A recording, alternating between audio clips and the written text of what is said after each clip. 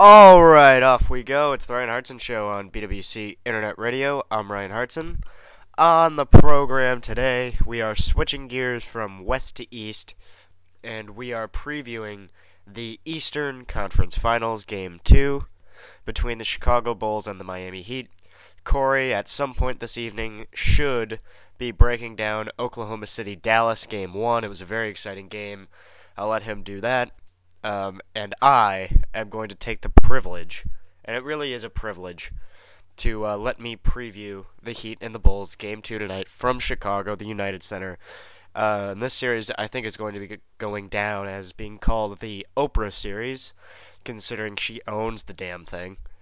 You couldn't play Game 1 on Monday because Oprah had the building rented out. I'm not a big Oprah person myself, so that kind of upset me.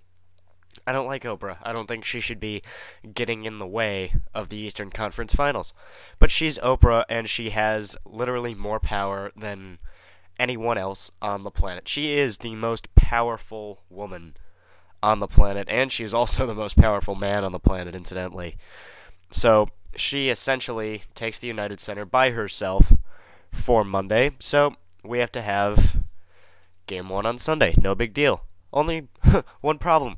The layoff is all the way till Wednesday, so we have to wait 2 days for Game 2 after a phenomenal Game 1 where the Bulls run roughshod over the Miami Heat.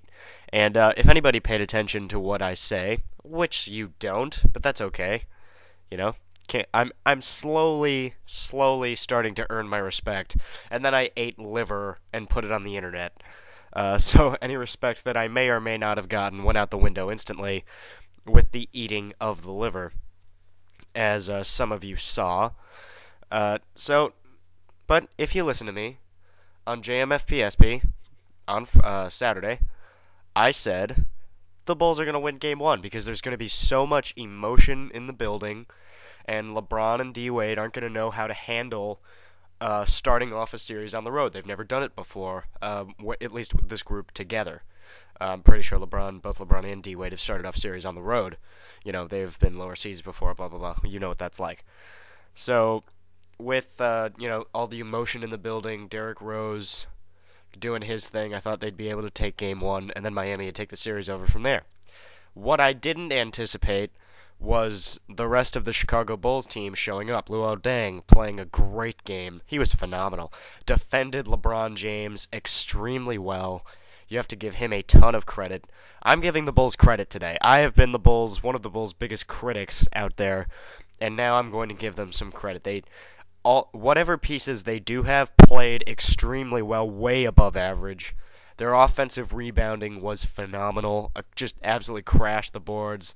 There was nothing LeBron or Dwayne Wade could do. And the Bulls are a deep team, I guess. Like, if you want to call it depth. They got a bunch of guys coming off the bench that can defend. They don't have any scoring coming off the bench, but a lot of guys that can defend. When you have that many defenders in a rotation, and Tom Thibodeau really knows how to create a great defense, and that's what he did. That's what he's done with this Bulls. This Bulls team is so well coached. In my opinion, the best coached team left playing in the playoffs. They play extremely well as a unit, especially defensively. They're the best defensive team in the league for a reason, because this is the former Celtics defensive coordinator, if you will, and this isn't your average defensive coordinator. This is Dick LeBeau. This is a phenomenal defensive guy. He is the best defensive mind in the sport, and it is so obvious that he has his fingerprint, if you will, on this Bulls team, and they are playing the style of basketball that wins championships. Great defense, great rebounding. It sounds like the Celtics team that won a championship. It sounds like the Lakers teams that won the last 2 championships. It sounds like the Celtics in the 80s. The Bulls of the 90s played phenomenal defense. So they have the championship level defense that is required to win a title. My criticism, a simple one, and I thought a fair one, and it is still fair, just as valid today as it was before the game tipped off on Sunday.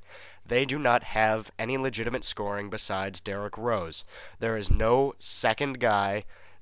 There isn't even a mediocre scorer. It's Derrick Rose and a bunch of guys that cannot score. They are the opposite of great scorers. They are anti-scorers. something that I thought would give them a ton of problems. But if Derrick Rose can get enough shots and the Bulls shooters can make their threes, with Brewer and Korver making their threes, and the Bulls play brilliant defense and get their offensive rebounds like they did in Game 1, they are going to win this series. Now, the key to the Bulls winning Game 1 was Luol Deng defending LeBron James, holding him to 15 points, and Dwayne Wade having a terrible game himself. Chris Bosh was fantastic, scored 30 points. That's nice. If Chris Bosh is your leading scorer, you have issues. LeBron James and Dwayne Wade need to rebound, if you will. They need to come back, and I believe they will. I believe in this game, too, you're going to see LeBron James and Dwayne Wade come back and both score 30 points tonight. I mean, these are the two best, arguably the two best players in the sport right now. And they're going to come back and both score 30 points tonight. I think the Heat are going to make adjustments. They are fantastic at making adjustments. It's been obvious from the word go.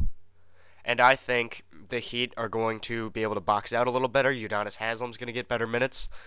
But if Spoelstra keeps going back to this small lineup that they were using in Game 1, they're not going to win this series. I think Spoelstra is a good enough coach. This is a coach that does not get enough credit. Eric Spoelstra really, in my opinion, is underrated. I think he is great at getting these guys ready to play. Now, he kind of fell into this talent because Dwayne Wade decided he wanted superstars. But Eric Spoelstra has done a really good job with this team, getting them focused on defense. Everybody is committed to defending. I believe they are going to defend better. Yeah, Derrick Rose might have a big night, but there's really nothing you can do about it. He's the MVP of the league. I'm going to expect him to score 30 points tonight as well. But LeBron and D-Wade are going to figure the Bulls' defense out. They're going to both score 30 points. And, I think they're going to tie up this series. Because at the end of the day, I saw two things right out of the gate in this series in Game 1 in the first 5 minutes of the game. Number one, the Bulls are bigger inside than the Heat are. They're a better rebounding team. I saw that instantly. It was just apparent. Joakim Noah and Carlos Boozer were getting up there, grabbing the ball like that. It was obvious. The other thing I saw that was absolutely apparent, and listen, I'm not an insider. I'm not an expert by any stretch of the imagination. And if I saw this, I know the smart people saw it quicker than I did. It was obvious LeBron James and Dwayne Wade are just, the entire Heat team is just so much more athletic than the Bulls are. They are better athletes. And they will have the ability to, again, this term that we've been using all playoffs long now, out-athlete people. I think they will be able to out-athlete the Bulls, get up the court quicker, be able to score points, and that is how the Heat are going to win this game tonight and ultimately, in my opinion, win the series. Because eventually, when D-Wade and LeBron get hot, and Lord knows D-Wade and LeBron are going to get hot at some point. These are the two best players in the world. Of course, they are going to get hot at some point. You can't hold them to 15 and 16 points forever. And when they get hot, the Bulls have to score points. And I don't care how many points Derrick Rose scores. He could score 45. If LeBron's scoring 45, but then you got D-Wade backing him up with 36 or so, all of a sudden it's a completely different game. The big three, LeBron and D-Wade in particular, are going to even up this series tonight. I can see it coming. There's not going to be as much emotion in the building for a Game 2 as there would be for a Game 1. The Heat are going to make their adjustments. They're going to be able to box out. I think Udonis Haslem is going to see much more minutes. But, and there is a but with this Miami Heat team, if the Bulls defend as well as they did in Game 1 and get the ball as much as they did in Game 1, the Miami Heat have no chance to win this game. I am going to take the assumption that Eric Spoelstra is a good coach and is going to be able to make these adjustments, and the Miami Heat are going to take this game and go on to continue winning games and win this series in 6 games. I mean, honestly, this is right on pace with how I saw this series going. I was not shocked at all when the Bulls won. A lot of people gave me crap.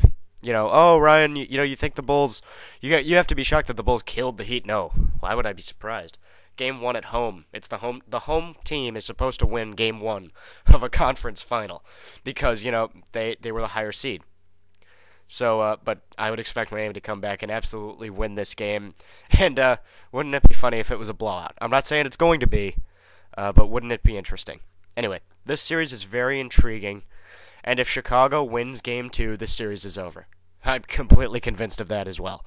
Because if the Bulls do what they did in Game 1, and the Heat don't have it, because at the end of the day, this might just be a personnel thing. I'm going on the hope, if you will, that it's not a personnel thing, that it's a how they played their personnel thing, if that makes sense at all. So I'm expecting the Heat to win tonight, ultimately win the series. Just to wrap it up, the Heat are going to take this game, continue on, win the series. We're right on track with where I thought we'd be. No problems. My voice, believe it or not, my voice is even worse than it was beforehand, than it was when I did the show on, was that Monday? You can tell I'm extremely raspy today. Probably should have drank a little more water. Whatever. I'm sorry for the annoying voice. Doing everything I can to get healthy. I know only about 4 of you. No, none of you care. Absolutely none of you care. So, there you go. Good stuff. Corey will have Oklahoma City and Dallas talking about the brilliant performance by Dirk Nowitzki. I'll be back tomorrow talking Western Conference. We'll flip. He'll do Eastern Conference. And if Corey can't do it, I'll make sure I get it done tomorrow as well. Good stuff. It's Ryan Hartson on BWC Internet Radio.